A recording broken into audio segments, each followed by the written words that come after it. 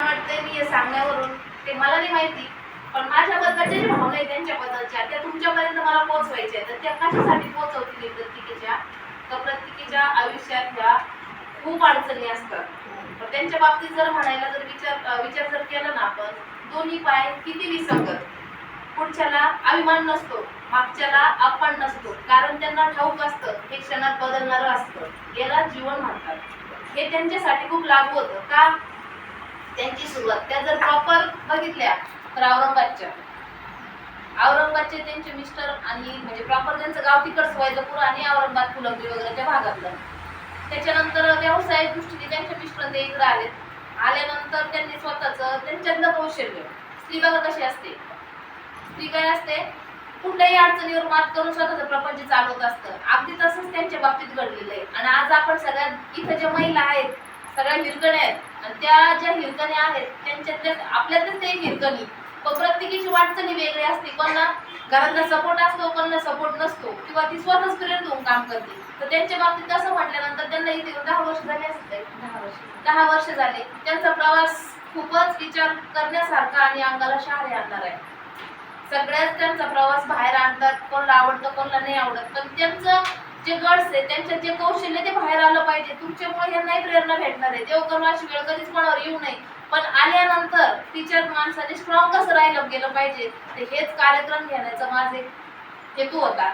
आपल्याला काय याचं काय असं काही कोणाच्या परिस्थितीचा कोणाच्या ह्याचा आपल्याला काही करायचं नाही, पण ह्याच्यामध्ये आपल्याला एक शिकायला भेटतं ती करू शकते तर मी का नाही. तर मग यांचा प्रवास मी थोडक्यात सांगणार आहे तुम्हाला. ज्यावेळेस इथं आल्यानंतर त्यांना आता 3 मुली आहेत. बघा माणूस कसा प्रेरित होतं, काही कारणास्तव त्यांचे मिस्टर गावाकडे असतात, त्यांच्या अनोळखी ठिकाणी शिर्डी ठिकाणी राहणं सोपं आहे का? त्यांनी पहिली मुलगी त्यांची आता 10वीला असेल, 7वीला आहे, दुसरी तिसरी चौथीला, आणि छोटी ते एकदम छोटी. ज्यावेळेस आपलं ओपनिंग होतं ते ओपनिंगला मी त्यांना बोलवलं होतं का, तर त्यांचं स्ट्रगल बघून मला खूप छान वाटतं. मला आहे ना राजकीय ना शासकीय माणसं आवडतं. तुम्ही आतापर्यंत आपण राजकीय नाही बोलवले, शासकीय नाही बोलवले तिथं लाईन लागत, पण मला तसं नाही आवडत. माझ्यासाठी ज्या महिला खूप खडतर प्रवासातून जातात त्याच माझ्या पाहुण्या, त्याच माझं सर्वस्व, आणि त्याच माझ्यासाठी सगळं काही. माझी प्रेरणा पण तीच आहे, म्हणून आपण इथं कोणाला बोलवत नाही. तर पहिल्या वेळेस मी त्यांना बोलवलं तिथं, त्यावेळेस त्या अगदी कशाचाही विचार न करता 6 महिन्याचं बाळ घेऊन त्या ओपनिंगला माझ्या आला होत्या. तुम्ही निघाला असता घराच्या बाहेर? निघाला असता का सांगा? नाही. स्कूटीवर, कशावर? स्कूटीवर. सीझर झालेलं असताना 6 महिन्याचं बाळ अगदी छोटं मागे आई घेऊन बसली. त्यावेळेस पाऊस चालू होता, आताही पावसाचे दिवस आहे. त्या घेऊन आल्या, थांबल्या, भेट दिली आणि रिटर्न गेलं. ते काय म्हटलं, असं मैत्रिणीचा कार्यक्रम आहे, आमच्या दोघींची ओळख फारशी नाही, अशी काय बालमैत्रिणी वगैरे नाहीये, पण कमी काळात आम्ही एकमेकीला फार ओळखलं. आणि हाच मनाचा माझं एक असं हे असतं, मी कुठे गेले ना मला त्या बैल्याबद्दल जाणून घ्यायची खूप आवड आहे पहिल्यापासून. तसं त्यांची माझी ओळख कशासारखं झाली मला काही आठवत, पण झाली. तर आम्ही अटॅचमेंट इतके होऊन गेलो, मी सगळी त्यांची परिस्थिती जाणली. मग त्यावेळेस ते आपल्या कार्यक्रमाला 6 महिन्याच्या, तर त्यांचा प्रवास पहिली मुलगी झाली त्यांना, तोपर्यंत त्यांचे मिस्टर सोबत होते. दुसरी मुलगी झाली, तोपर्यंतही मिस्टर सोबत होते. पण हे सगळं करत असताना त्यांनी त्यांचा पार्लरचा कोर्स, त्यांच्यातलं कौशल्य म्हणजे वेगवेगळे कोर्सेस पुढे पहिला बेसिकच होता, नंतर ऍडव्हान्स केला, नंतर त्यांनी हेअरकटचे म्हणजे हेअरकट शिकले पुढं, म्हणजे वेगवेगळे ते एकदम अशा ट्रेन झाल्या पार्लरच्या बाबतीत. तर टोटल इंटरनॅशनल लेवलचे मेकअप त्या शिकल्या. आणि त्यांच्या तिसऱ्या मुलीच्या बाबतीत ज्यावेळेस त्या प्रेग्नंट होत्या आणि मिस्टरना कळलं का आता यांच्या पोटात मुलगी आहे, तर मिस्टर त्यांना सोडून निघून गेले. त्या वाटून नका वाईट नका वाटून घेऊ, पण रिअल परिस्थिती ही. तर ते मिस्टर सोडून गेले. मला सांगा, आधीच्या 2 मुली, पोटात तिसरी मुलगी, आणि घरात कोणाचाही सपोर्ट नाही. शिर्डी सारख्या ठिकाणी मिस्टर सोडून गेल्यानंतर, का आता पोटात मुलगी म्हणून सोडून गेल्यानंतर तुम्ही गावात हातबल होणार, रडणार, घाबरणार.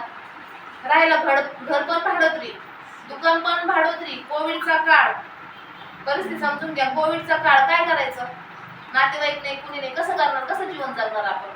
तर त्या परिस्थितीत त्यांनी स्वतःला सावरलं. कोविडच्या काळात सुद्धा पोटात बाळ असताना सुद्धा त्यांनी क्लायंट केले पार्लरचे.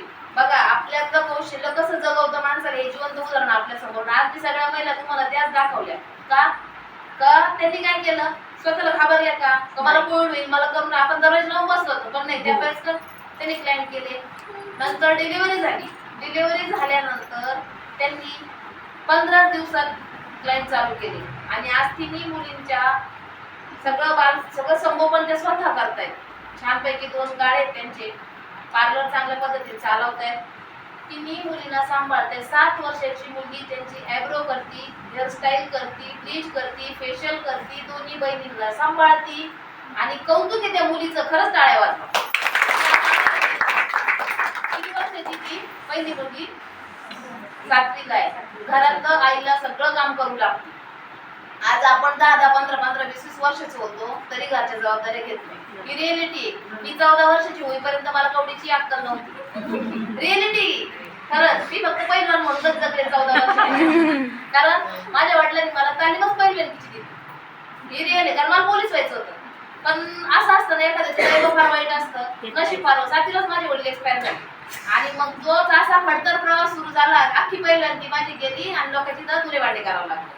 हे रिएलिटी. ह्या काही चुकीचं. लग्न झाल्यानंतर मी दुरे वाटेच केलं. आणि मामाची तर ती माझ्या मामाची मुलगी रुपाली, तिला माहिती परिस्थिती सगळी. म्हणजे मामाची तर राहून शिक्षण करणं काय असतं आणि माम्या कशा असतात. मी पण कोणाची मामी पण ती चांगली मामी झाली, वाईट मामी झाली. माझ्या माम्या बिचारे चांगल्याच, मला त्यांना नाव नाही ठेवायचं.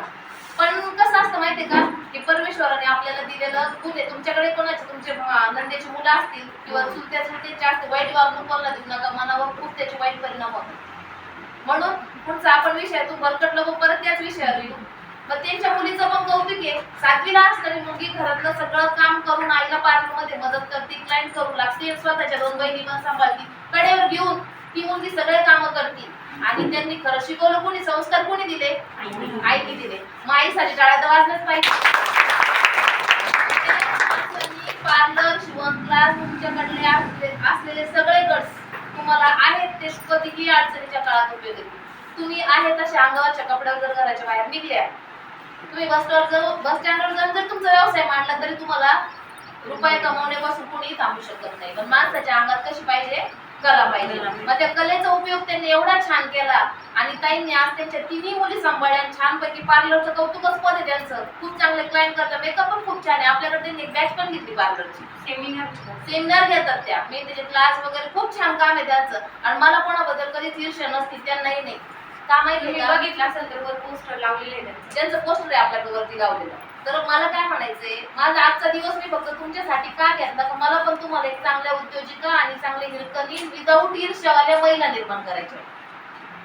याचा अर्थ तुम्हाला समजला का? कोणी प्रगती करत असेल तर त्याच्या बाबतीत ईर्ष्या करायची नाही, त्याला नाव ठेवायचं नाही.